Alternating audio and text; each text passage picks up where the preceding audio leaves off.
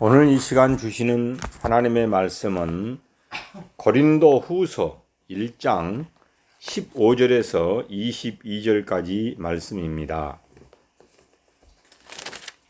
신약 성경 285면에 나와 있습니다. 이 계시된 하나님의 말씀을 제가 봉독하겠습니다. 고린도 후서 1장 15절에서 22절까지 말씀. 내가 확신을 가지고 너희로 2번 은혜를 얻기 위하여 먼저 너희에게 이르렀다가 너희를 지나 마게도냐로 갔다가 다시 마게도냐에서 너희에게 가서 너희의 도움으로 유대로 가기를 계획하였으니 이렇게 계획할 때 어찌 경솔히 하였으리요. 혹 계획하기를 육체를 따라 계획하여 예 하면서 아니라 하는 일이 내게 있겠느냐. 하나님은 미쁘시니라. 우리가 너희에게 한 말은 예하고 아니라 함이 없노라. 우리 곧 나와 실루아노와 디모데로 말미암아 너희 가운데 전파된 하나님의 아들 예수 그리스도는 예하고 아니라 함이 되지 아니하셨으니 그에게는 예만 되었느니라. 하나님의 약속은 얼마든지 그리스도 안에서 예가 되니 그런즉 너로 그로 말미암아 우리가 아멘하여 하나님께 영광을 돌리게 되었느니라. 우리를 너희와 함께 그리스도 안에서 굳건하게 하시고 우리에게 기름을 부으신 이는 하나님이시니 그가 또한 우리에게 인치시고 보증으로 우리 마음에 성령을 주셨느니라. 아멘. 다 함께 한번 서로 이렇게 인사하겠습니다. 긍정적인 사고방식으로 새 역사를 창조합시다. 긍정적인 사고방식으로 새 역사를 창조합시다. 사랑합니다. 축복합니다. 사랑합니다. 축복합니다. 잘 오셨습니다. 잘 오셨습니다. 여러분 반갑습니다. 네, 오늘 저는 사람은 변화하는가 라는 제목으로 하나님의 말씀을 전하며 함께 은혜를 받고자 합니다. 지난주 1월 2일에 더불어민주당 이재명 그 대표가 피습을 당했습니다. 이 가덕도 부산 가덕도 신공항 부지 현장을 방문 중에 67세 괴한으로부터 목 부위를 칼에 찔려서 내경 그 정맥이 손상되어서 혈관 재건 수술을 1시간 40분 동안 서울대 병원에서 함으로써 다행히 회복 중에 있는 것으로 지금 밝혀지고 있습니다.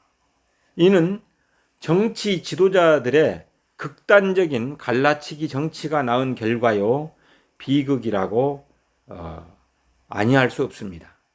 바라기는 상처가 하루속히 치유되어서 이 나라의 깨끗한 정치가 속히 정착되는 계기가 만들어지기를 원합니다. 그러나 나라 안의 상황을 우리가 지켜보면서 염려가 되는 것은 여당이나 야당을 지지하는 백성들의 마음속에 자기가 지지하지 않는 당을 저주하는 그런 불신풍조가 만연해지지 않을까 심히 염려가 되기 때문입니다. 이 불신이 팽배하여 인간을 부정하고 정치를 부정하고 역사를 부정하고 삶을 부정하는 비관적인 사회 풍조가 그런 조성되지 않을까 심히 걱정이 됩니다. 방금 읽었던 봉독했던 본문에 나오는 사도 바울에게도 동일한 위기가 찾아왔습니다.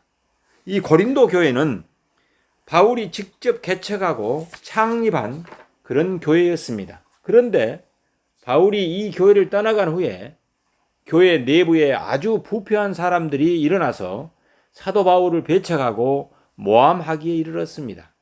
이므로 바울은 에베소에서 마게도냐로 가는 길에 먼저 고린도라는 도시를 방문하고 마게도냐에서 돌아오는 그 귀로에 다시 고린도를 방문할 그런 여행 계획을 미리 세워놓고 있었습니다. 그런데 바울에게 이상한 소문이 들려오기 시작했습니다.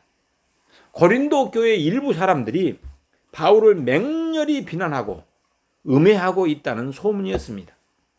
바울은 이런 흥분된 상태로 고린도 교회를 방문했다가는 이성을 잃을지 모르겠다는 그런 염려 때문에 좀 더 사태를 관망하기 위해서 고린도 방문을 보류하게 되었습니다.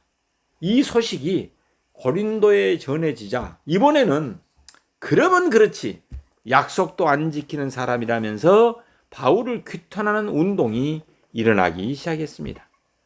이 소식을 듣고 바울이 얼마나 가슴이 아픈지, 바울이 얼마나 가슴 아픈 그런 배신감을 느꼈겠습니까? 자기가 개척한 그 교회에서 그런 소문이 났으니 말입니다. 그러나 바울은 이런 와중에도 인간에 대한 불신이나 부정의 늪에 빠지지 않고 오히려 부정을 넘어서서 긍정의 좋은 관계를 세우기 위해서 편지를 쓰기 시작합니다. 그 편지가 고린도 후서입니다. 그러므로 본문은 긍정적인 사고방식의 중요성이라고 할 수 있습니다. 고린도 교회 1장 13절에서 14절에 보면은 바울은 이렇게 말합니다. 제가 한번 봉독하겠습니다. 오직 너희가 읽고 아는 것 외에 우리가 다른 것을 쓰지 아니하노니 너희가 완전히 알기를 내가 바라는 것은 너희가 우리를 부분적으로 알았으나 우리의 주 예수의 날에는 너희가 우리의 자랑이 되고 우리가 너희의 자랑이 되는 그것이라. 자신을 비난하는 사람들을 향해서 바울은 나는 너희가 우리의 자랑이 되기를 바라며 나 또한 당신들에게 여전히 자랑스러운 존재가 되기를 원합니다라고 말씀하고 있습니다. 이 이야기는 다시 말하면 내가 받았던 상처에도 불구하고 나는 여전히 여러분들을 긍정적으로 사랑하고 있습니다. 여러분들도 저에게 그렇게 대해주기를 바랍니다. 라는 그런 말씀인 것입니다. 다른 사람에게 상처를 받은 사람은 다른 사람을 불신하기가 쉽습니다. 그러나 남에게 뒤통수를 맞으면서도 사람을 신뢰하는 사람이 있습니다. 그 사람이 누구입니까? 오늘 본문에 나오는 사도 바울입니다. 뒤통수를 맞으면서도 사람을 신뢰하는 사람이었습니다. 바울은 하나님께서 살아계시기 때문에 그것이 가능하다고 가르칩니다. 사도 바울은 이웃에게 받은 상처에도 불구하고 인간을 신뢰하고 긍정하는 이유를 오늘 본문에서 이렇게 말합니다. 그 이유를 세 가지로 살펴보면서 은혜를 받고자 합니다. 첫 번째로는 하나님의 신실성 때문에 사람을 신뢰하고 긍정한다는 것입니다. 17절 말씀을 다 함께 한번 봉독하겠습니다. 17절 시작. 이렇게 계획할 때 어찌 경솔이하였으리요. 계획을 육체를 따라 계획하여 예하면서 아니라 하는 일이 내게 있겠느냐. 여기에서 사용된 육체를 따라라는 말은 우리말로 바꾸면은 본능대로 혹은 기분대로라고 번역할 수 있습니다. 이어지는 18절에서 바울은 하나님은 미쁘시느니라 라고 시작합니다. 여기서 미쁘다는 말은 신실하다는 말입니다. 신실하다. 바울에게는 인간을 대하는 한 가지 원칙이 있었습니다. 고린도후서 1장 12절에서 그 원칙이 나옵니다. 우리가 세상에서 특별히 너희에게 대하여 하나님의 거룩함과 진실함으로 행하되 육체의 지혜로 하지 아니하고 하나님의 은혜로 행함은 우리의 양심이 증언하는 바니 이것이 우리의 자랑이라. 사도 바울은 누구를 대하든 본능이나 기분대로 대하지 아니하고 하나님의 거룩하심과 진실함으로 대하고자 했습니다. 자신을 비난하는 이 고린도 교회 사람들에게도 거룩함과 진실함으로 대하고자 했습니다. 또한 바울은 하나님의 은혜로 그들을 대하고자 했습니다. 그 이유가 무엇입니까? 하나님께서도 바울을 은혜대로 만나 주셨기 때문입니다. 바울이 원래 어땠어요? 교회를 핍박하는 사람이요, 교회를 회방하는 사람이었습니다.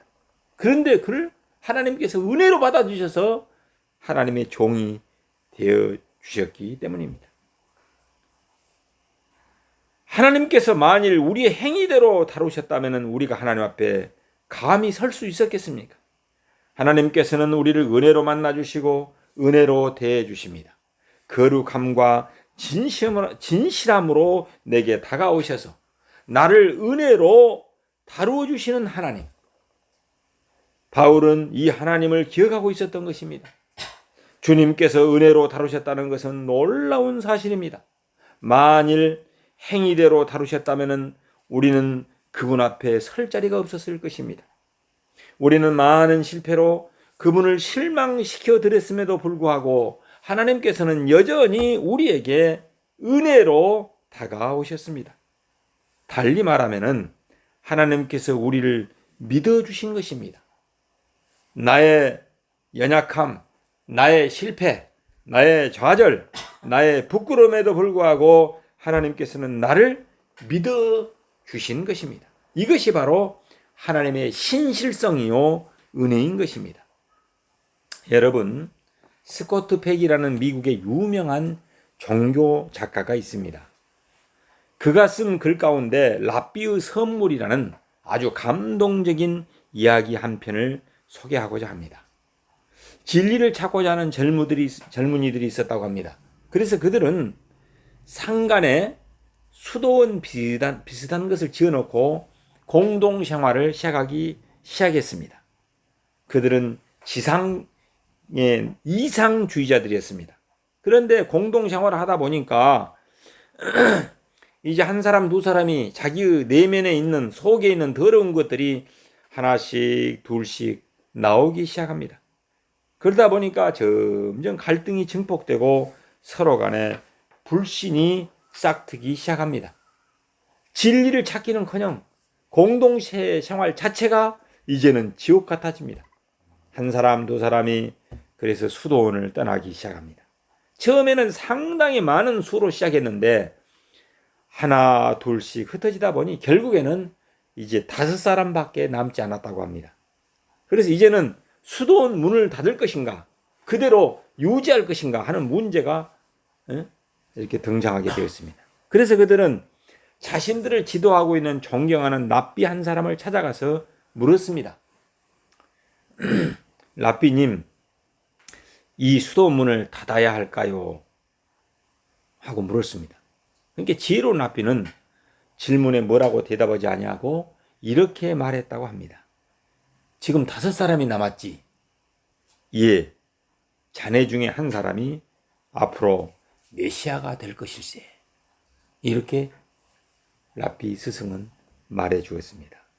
이 랍비의 말을 듣고 젊은이들은 생각하기 시작했습니다. 우리 중에 한 사람이 메시아가 된다고? 그러면 과연 누구일까? 의심 많은 토마스일까? 그 토마스 그는 의심은 많지만은 깨끗한 사람이 아니던가? 그 깨끗함 때문에 하나님께서 혹시 그를 쓰시고자 하는 것은 아닐까? 아니면 제임스 아닌가? 한거 잘하는 그 친구. 그러나 그 친구 마음속에 그 밑바닥에 깔려있는 정의를 사랑하는 마음 때문에 하나님께서 그를 메시아로 쓰시려는 것은 아닐까? 아니면 필립일까?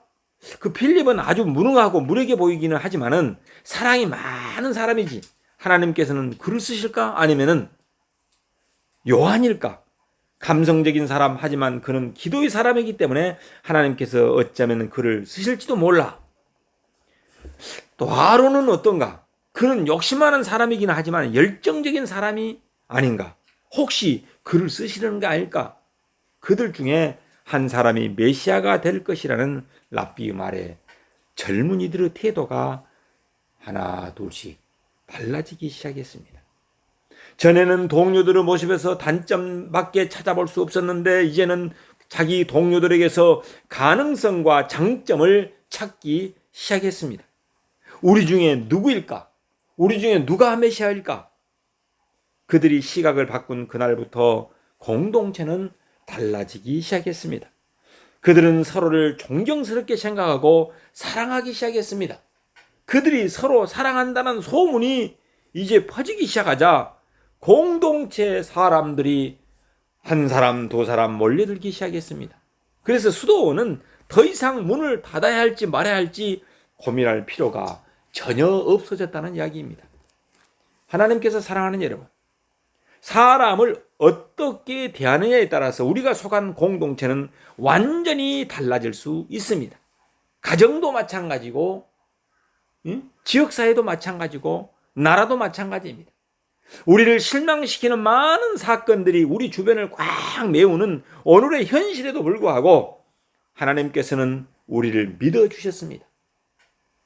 나를 있는 그대로 모습으로 받아주시는 하나님, 나의 약점, 나의 좌절, 나의 못난 모습을 알면서도 나를 받아주시는 하나님, 그리고 나를 여전히 은혜로 대해주시는 하나님, 이 하나님의 신실성을 믿으신다면 믿을 것 없는 현실에도 불구하고 여전히 인간을 긍정하고 사람을 믿는 자리에 서시기를 바랍니다.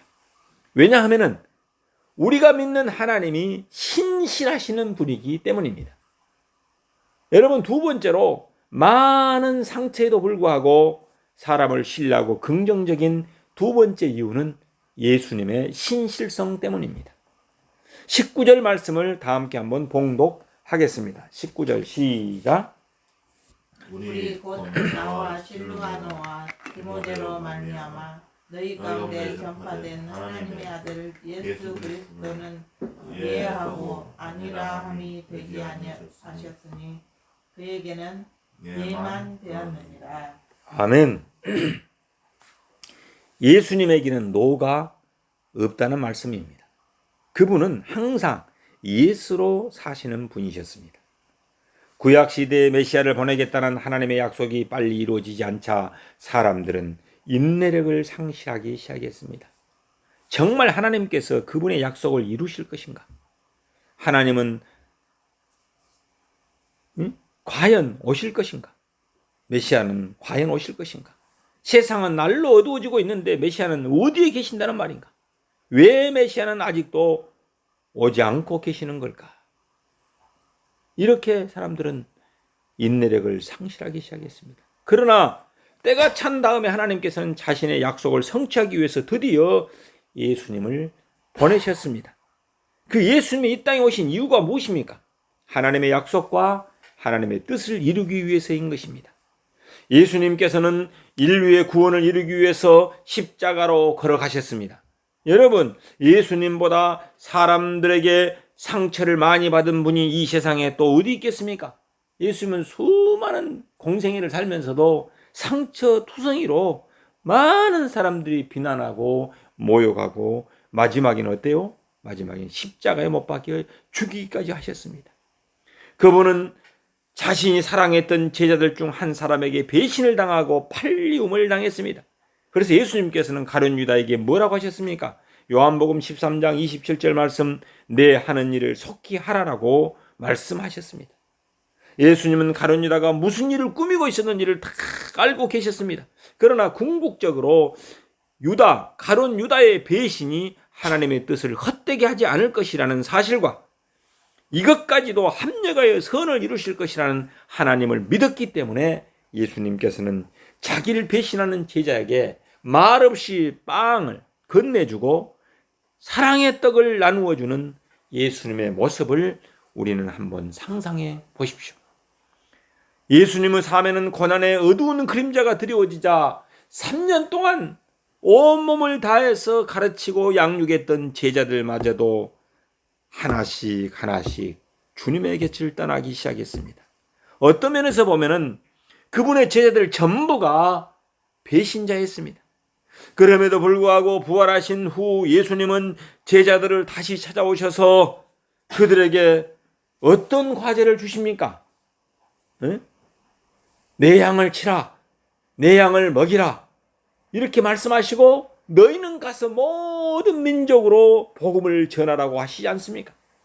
며칠 전까지만 해도 자신의 유익을 위해서 스승을 등지고 떠나갔던 제자들에게 세계 복음화라는 엄청난 과업을 맡기다니 이게 말이나 되는 이야기입니까?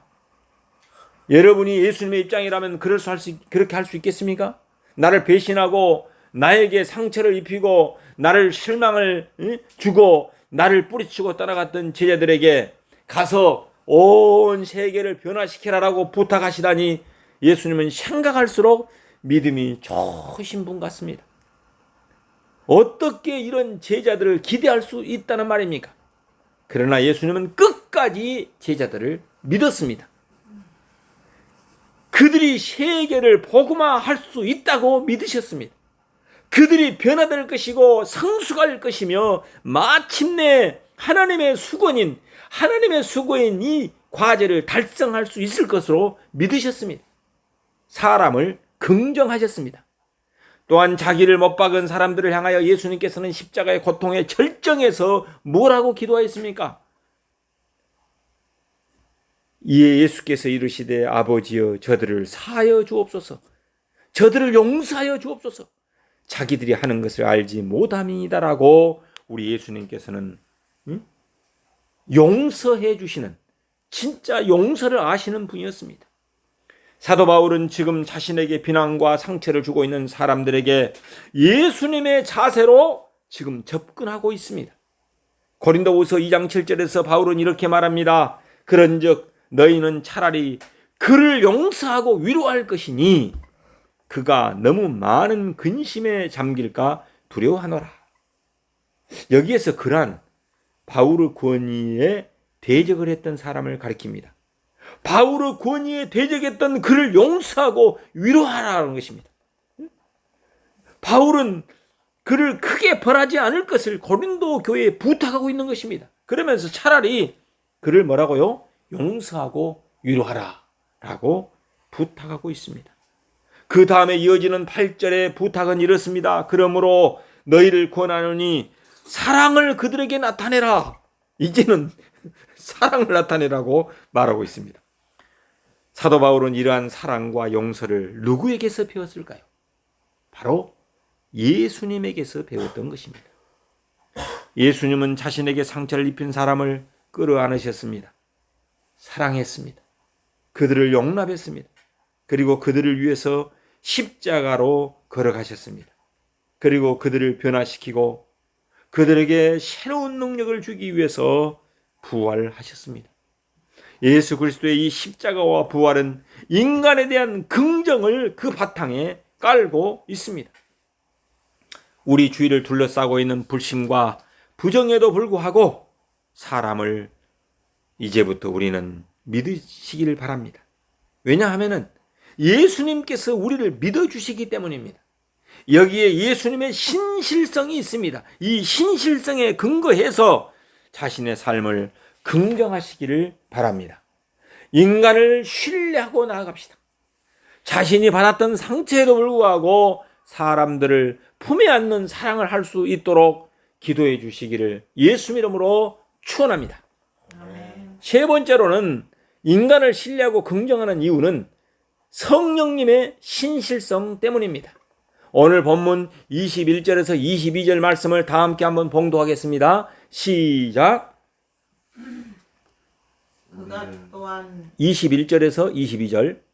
우리를 너희와 함께 그리스도 안에서 굳건하게 하시고 우리에게 기름을 부으신 이는 하나님이시니 그가 또한 우리에게 인치시고 보증으로 우리 마음에 성령을 주셨느니라. 우리가 하나님 앞에 나아갈 때 하나님께서는 우리에게 기름을 부어 주셨습니다. 여기에서 기름이 무엇일까요? 기름은 성령을 말합니다. 성령, Holy Spirit, 거룩한 영. 이 성령을 무엇으로 주셨습니까? 보증으로 주셨습니다. 보증을 헬라어로 아라본이라고 하는데 이 말은 집을 얻을 때 내는 보증금과 같은 그런 의미의 말입니다. 보증금. 보증금에는 집값에 대한 계약을 반드시 이행하겠다는 뜻이 담겨 있습니다. 앞으로 지불할 것에 대한 시작인 것입니다. 하나님께서는 우리의 삶을 변화시키고 우리를 새롭게 하기 위해서 우리의 삶에 성령님을 보내주셨습니다. 기름 부음으로 내게 임하신 성령님은 바로 하나님의 보증이십니다. 이 하나님의 보증이 모든 믿는 자에게 임했습니다. 그러므로 우리는 우리 사회에 만연해 있는 상처와 어둠에도 불구하고 궁극적으로 성령님으로 말미암아, 이 보혜사 성령님으로 말미암아 우리 사회가 변화될 것이라는 사실을 믿을 수 있습니다. 이 사회가 맑고 밝고 향기로운 세상이 될 것이라는 그런 희망이 있습니다. 누구 때문에? 바로 성령님 때문입니다. 사도 바울은 인간의 궁극적 변화를 그래서 믿었던 것입니다. 고린도후서 3장 17절 18절에서 이렇게 말하고 있습니다. 주는 영이시니 주의 영이 계시는 곳에는 자유가 있느니라. 우리가 다 수건을 벗은 얼굴로 거울을 보는 것 같이 주의 영광을 보매 그와 같은 형상으로 변화하여 영광에서 영광에 이르니 곧 주의 영으로 말미암느니라. 즉 주의 성령으로 말미암아 우리가 하나님의 형상으로 변해간다는 말입니다. 하나님께서 사랑하는 여러분, 우리 안에 찾아온 보혜사 성령으로 말미암아 사람이 변화될 것을 여러분 믿으십니까? 네. 여러분 이 사실을 인정하신다면 우리는 어때요? 이제는 기다려야만 하는 것입니다. 기다려야 됩니다. 인간은 쉽게 변화되는 존재가 아니기 때문입니다. 그러나 하나님이 역사하시면 변할 수 있다 없다? 있다. 아멘. 변할 수 있는 것입니다. 변화될 수 없다면 우리는 복음이라고 말할 수 없습니다. 그러나 참으로 어렵습니다. 인간의 변화처럼 어려운 과제가 없음에도 불구하고 성령님께서 우리 안에 들어오시면 성령님으로 말미암아 마침내 변화될 수 있다는 것을 믿고 인간 변화의 믿음을 포기하지 맙시다.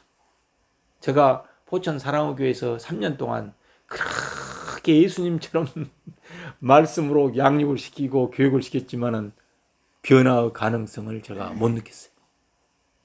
그런데 예수님은 마지막까지 변화 가능성을 믿고 신뢰하고 부활하심으로 변화 역사를 이루었는데 저는 인간의 한계를 느끼고 두 손을 들어버렸습니다. 그런데 성령님으로 말미암아 변화는 가능하다는 사실을 저는 설교를 준비하면서 다시 새롭게 깨닫게 되었습니다. 사도 바울은 이 주제를 고린도후서에서 계속 다루고 있습니다. 고린도후서 5장 16절에서 이렇게 말합니다. 그러므로 우리가 이제부터는 어떠한 사람도 육신을 따라 알지 아니하노라. 비록 우리가 그리스도도 육신을 따라 알았으나 이제부터는 그같이 알지 아니하노라. 사람을 볼 때 겉으로 나타나는 그 현재 모습이나 그 사람이 현재 취하고 있는 행동대로 그를 평가하지 않겠다는 말씀입니다. 지금 그 사람은 나에게 실망을 안겨주고 있습니다. 지금 그 사람은 나에게 부담스럽습니다. 지금 그 사람은 나에게 많은 안타까움과 상처를 안겨주고 있습니다. 그러나 그럼에도 불구하고 상대를 육체대로 다루지 않겠다는 그런 이야기입니다. 사도 바울의 고백. 본능대로 기분대로 다루지 않겠다는 그런 말씀인 것입니다. 그 이유는 이어지는 17절 말씀에 잘 나타나 있습니다. 제가 고린도후서 5장 17절 말씀을 한번 암송하겠습니다. 그러므로 누구든지 그리스도 안에 있으면 새로운 피조물이라. 이전 것은 지나갔으니 보라 새 것이 되었도다. 새 것이 되었도다. 사도 바울은 인간의 변화를 믿었던 것입니다. 인간은 변화될 것입니다. 변화되어야만 합니다. 변화될 수가 있습니다. 제가 보니까 조지 밀러 있잖아요. 5만 번의 기도 응답 받았던 조지 밀러의 책을 보니까 수많은 사람들이 전도를 해가지고 돌아왔는데 자기 친구는 돌아오지 않았어요. 25년 동안. 그런데 그 조지 밀러가 죽게 됩니다. 그런데 장례식장에 친구가 돌아왔어요. 그리고 예수를 믿었답니다.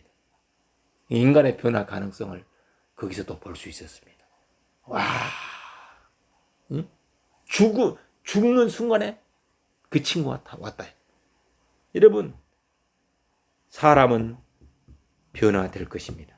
변화되어야만 합니다. 변화될 수 있습니다. 인간의 변화에 대한 믿음을 포기하지 맙시다. 이것이 바로 우리 기독교의 자랑인 것입니다. 만일 사람이 변화될 수 없다면 복음이 어떻게 참다운 굿 뉴스 복음이 될 수 있겠습니까?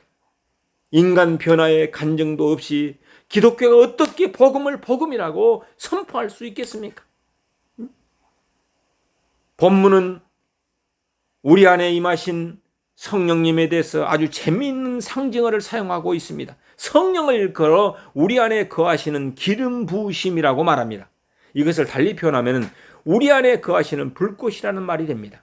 이 성령께서 우리의 강팍한 심장을, 우리의 무쇠 같은 그런 심장을, 그리고 하나님을 반역하는 우리의 기질과 속성을 녹이고 녹여서, 용광로처럼 녹여서 마침내 나를 변화시켜 주실 것입니다. 그러므로 우리는 인간 변화에 대한 믿음을 포기할 이유가 없습니다. 하나님의 사랑의 눈으로 이웃을 바라볼 수 있게 해달라고 하나님께 기도합시다. 그리고 삶을 긍정하시기를 바랍니다. 삶이 우리를 속인다 할지라도, 삶이 우리에게 상처를 갖다 준다 할지라도 긍정하며 삽시다. 왜냐하면 성부 하나님께서 인생을 긍정하셨기 때문입니다. 성자 예수님께서 인생을 긍정하셨기 때문입니다. 성령 하나님께서 긍정하셨기 때문입니다. 이웃을 긍정하며 삽시다. 역사를 긍정하며 삽시다. 삶의 의미를 긍정하며 삽시다. 예수님 때문에 삶은 반드시 새로워질 것입니다. 주님 때문에 역사는 반드시 새로워질 것입니다. 미움과 비난이 팽배한 이 세상에 사랑의 새 역사를 창조할 수 있는 것은 바로 예수님 때문인 것을 믿으시기를 바랍니다. 세상은 참으로 어둡습니다. 사람들은 쉴 새 없이 우리를 실망시키고 있습니다. 그러나 아직도 삶을 긍정해야 할 이유가 있다고 이 성경이 말씀은 우리들에게 가르치고 있습니다. 사람 때문이 아니라 누구라고요? 하나님 때문이라는 것입니다. 아침 저녁으로 변동하는 우리의 연약한 모습에도 불구하고 나를 끝까지 믿어주시는 신실하신 하나님, 실망 덩어리인 나를 품에 안으사 나를 변화시키기 위해서 십자가에서 죽으시고 부활하신 예수님, 나의 강팍한 심령에도 불구하고 내 안에 불꽃으로 임하셔서 나를 새롭게 하시는 성령님, 이런 하나님 때문에 우리는 변화될 수 있습니다. 내 강팍한 이웃도 변화될 수 있습니다. 우리 대한민국도 새로워질 수 있습니다. 우리의 역사도 새로워질 수 있습니다. 저는 2024년 갑진년 새 아침에 일어나서 우리 집 뒷동산에 있는 산에 올라서 이렇게 기도했습니다. 오 하나님이시여, 우리를 변화시켜 주옵소서. 2027년에는 우리를 새롭게 하여 주옵소서. 하나님, 우리의 역사에 희망이 없다고 말하기보다는 이 역사와 세상과 인간을 신뢰하면서 희망찬 미래를 향해서 나아갈 수 있도록 우리를 도와주시옵소서 라고 간절히 두 손 모아 동력 하늘에 떠오르는 태양을 보면서 하나님 앞에 기도했습니다. 삶을 긍정하는 우리 모두 개인, 가정, 직장에 변화의 새 역사가 일어나서 푸른 용이 하늘을 비상하는 갑진년 축복의 새해가 되시길 예수 이름으로 축원합니다. 아멘. 기도하겠습니다. 사랑의 주님, 희망찬 새해를 맞이하여 사람은 변화하는가라는 제목으로 은혜를 받게 하시니 감사를 드립니다. 이웃에게 받은 상처에도 불구하고 인간을 신뢰하고 긍정하는 이유는 성부 하나님 때문이요, 성자 예수님 때문이요, 성령 하나님 때문임을 이 시간 고백합니다. 하나님으로 말미암아 우리가 물과 성령으로 거듭나서 새사람으로 변화되므로 가정을 구원하고 이 지역사회를 구원하고 민족을 구원하고 이 지구촌을 구원하는 하나님의 사람으로 살아가게 하옵소서. 온 인류의 구원주가 되시는 예수 그리스도 이름으로 기도 올립니다. 아멘. 하나님께 영광을 돌리겠습니다. 감사합니다.